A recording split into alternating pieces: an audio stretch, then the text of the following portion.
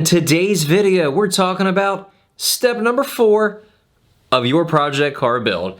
So as y'all probably remember, in the last 3 videos, we talked about the planning phase and how crucial that is. We then talked about the suspension part and to basically lay a solid foundation for that future engine build. And then the next video, we talked about the transmission department.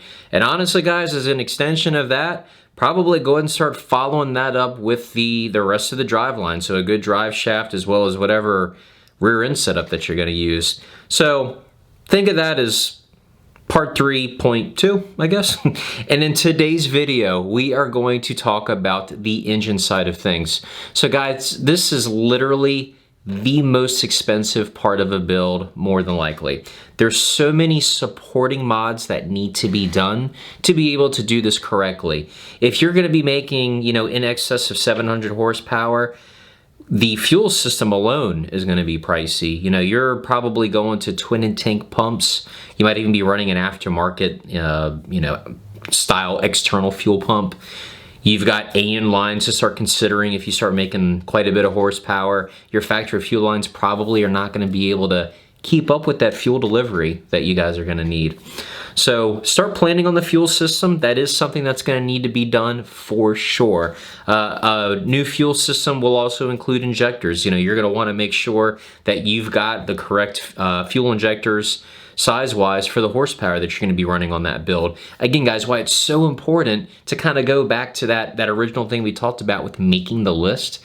That's why this is so important, because we want to stay tried and true. We don't want to buy parts twice. So once you got your fuel system knocked out, we also need to focus on the exhaust system. You guys may have already, had long tube headers and, some sort of, aftermarket catback exhaust on your car. If you're going to be doing a turbo build, right then and there, guys, there's no sense in ever even buying, long tube headers, because you're going to be running turbo manifolds anyway. If you're a supercharged car, obviously you're going to need those long tube headers. But just make sure that those primaries are going to be sized for the power you're making.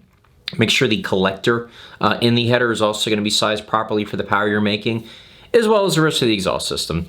So that exhaust, again, is going to be key. And don't be buying parts twice. If you're doing a turbo build, no sense in ever buying long tube headers, because they're going to have to come right back off. Next, we're going to talk about, the induction side of things. If you're a turbo car, you probably just got a air filter hose clamp right to the end of the turbo inlet. If you're going to be running a supercharged setup, sometimes they will allow a factory style air box to be incorporated into that. Or, you might have to get custom, or maybe you want to go custom on that. So if you know you're going to be doing some sort of forced induction, probably no sense in spending money in the beginning on an induction system to only turn right around and replace it later on. That's money you can kind of save towards the build and get to your goal a lot quicker. Next, we're going to start talking about the motor. So guys, the motor, obviously, heartbeat of the whole car, very, very important.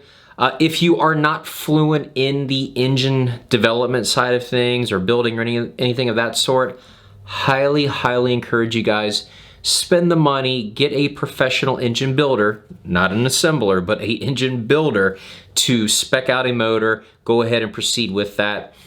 This, unfortunately, is an area where a lot of people will try and save $1, and I understand that. I've done it myself, but ultimately, unknowingly, they may go about it the wrong way or use the wrong parts.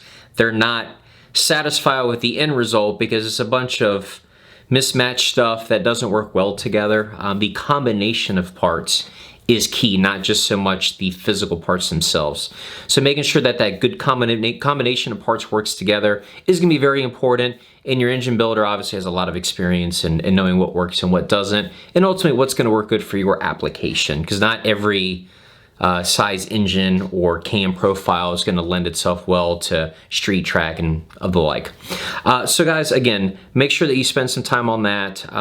This is probably going to be an area where it's going to be important to make sure that we allow ourselves room in the budget and not get in a hurry, because I see a lot of people at the last minute try and throw everything together, and then their satisfaction level is not what it should be. They get discouraged with the car. They end up selling it. We've all seen it. So don't be that, guys.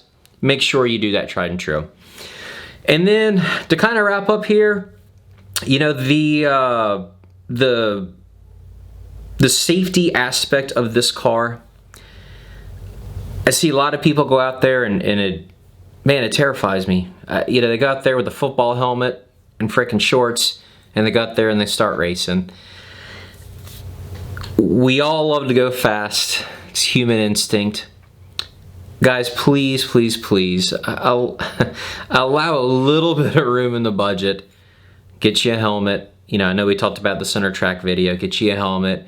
If you're of, you know, ET, you know, get you a fire jacket. A fire jacket's good for any ET. You never know what's going to happen. So guys, don't spend all of your money and overexert yourself to get that car running.